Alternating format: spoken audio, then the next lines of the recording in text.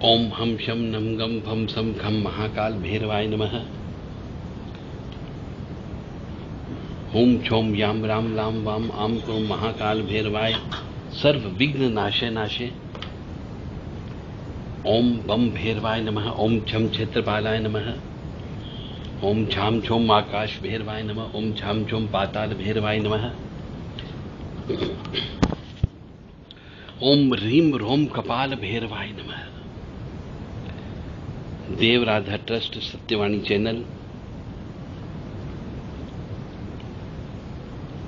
रहस्यमय ज्ञान तंत्र के बारे में मां भगवती जगत जननी की कृपा आप सब लोगों पर बनी रहे। हम उनसे बार बार प्रार्थना करते हैं कि आप सबको सद्बुद्धि प्रदान करें कि आप सत्कर्म करते रहें, क्योंकि पाप कर्म का फल बीमारी दुखी होता है, तंत्र होता है। इसलिए एक विचित्र प्रश्न आज हमारे सामने उपस्थित हुआ है।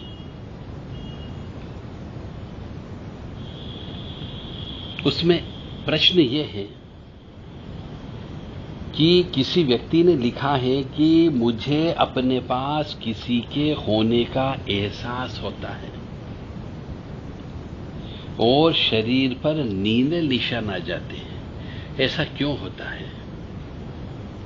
बहुत कॉमन सेंस वाली बात है। ऐसा हिंदुस्तान में कई मनुष्यों के साथ में होता है। स्त्रियों के साथ भी होता है, पुरुषों के साथ भी होता है।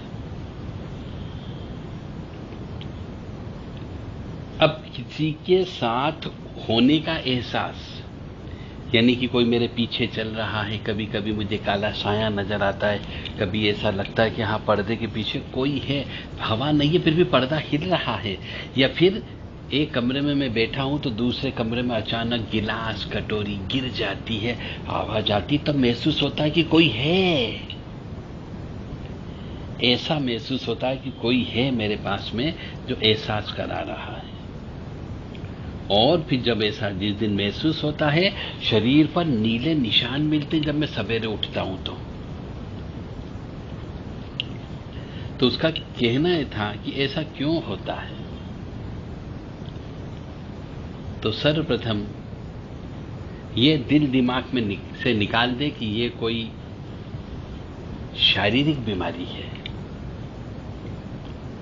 यह आध्यात्मिक बीमारी कहलाती है। और ऐसा इसलिए होता है कि आपके शरीर की जो आत्मा है, उस आत्मा के साथ में कोई दूसरी आत्मा, अदृश्य आत्मा जो शरीर रूप में नहीं है, वह आपसे प्रेम करती है, आपसे जुड़ गई है, आपसे लगाव करने लग गई है।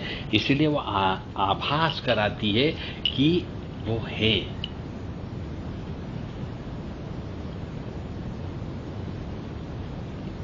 फिर ये आत्मा कहां से आई?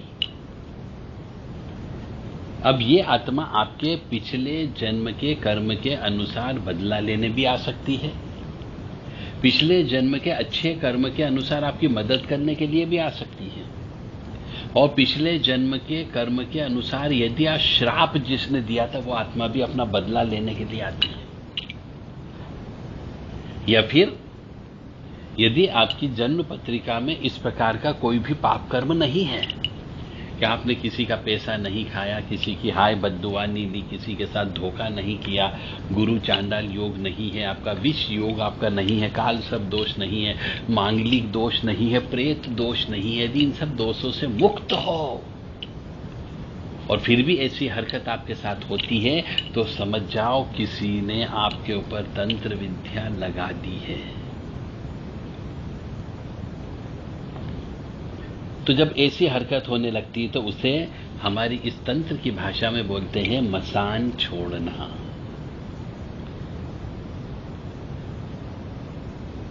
क्योंकि वो मसान जो जब आ जाता है तो वो गंदे काम करता है, और इसका इलाज ये होता है कि पहले आप अपनी जन्म पत्रिका चेक करा लें, उसमें जो दोष हैं, प्रायश्चित कर्म है, परिहार कर्म है, वो करवाएं। नवग्रह शांति करवाएं। यदि कुछ ग्रह खराब हो तो उसके बाद में किसी अच्छे तांत्रिक या भगत से मिलकर के उसका उचित इलाज करवाएं।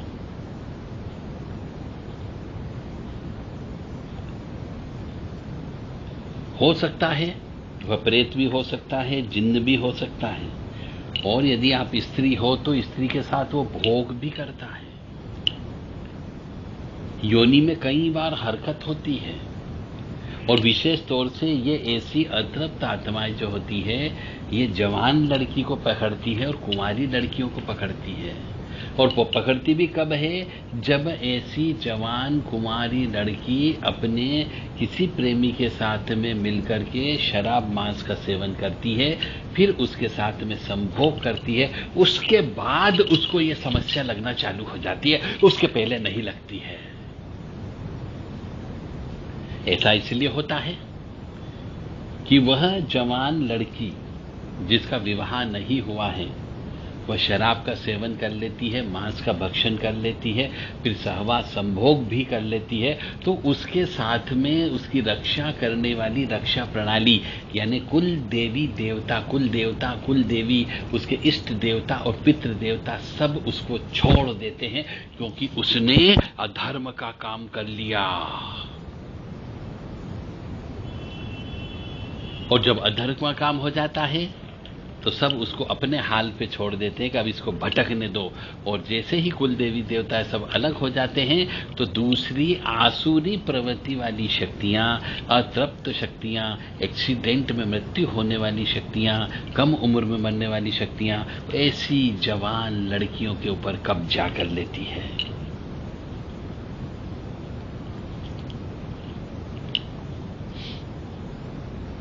इसीलिए ये कभी कभी स्वादिष्ठान चक्र होता है, उस पर बैठ जाती है, हृदय पर दबाव भी डालती है और डरावने सपने भी कभी कभी दे देती है, और पेट के निचले हिस्से में जरूर रोग अवश्य देती, क्योंकि वहां पे ज्यादा बैठती है और वहीं से वो सहवास संभोग करती है।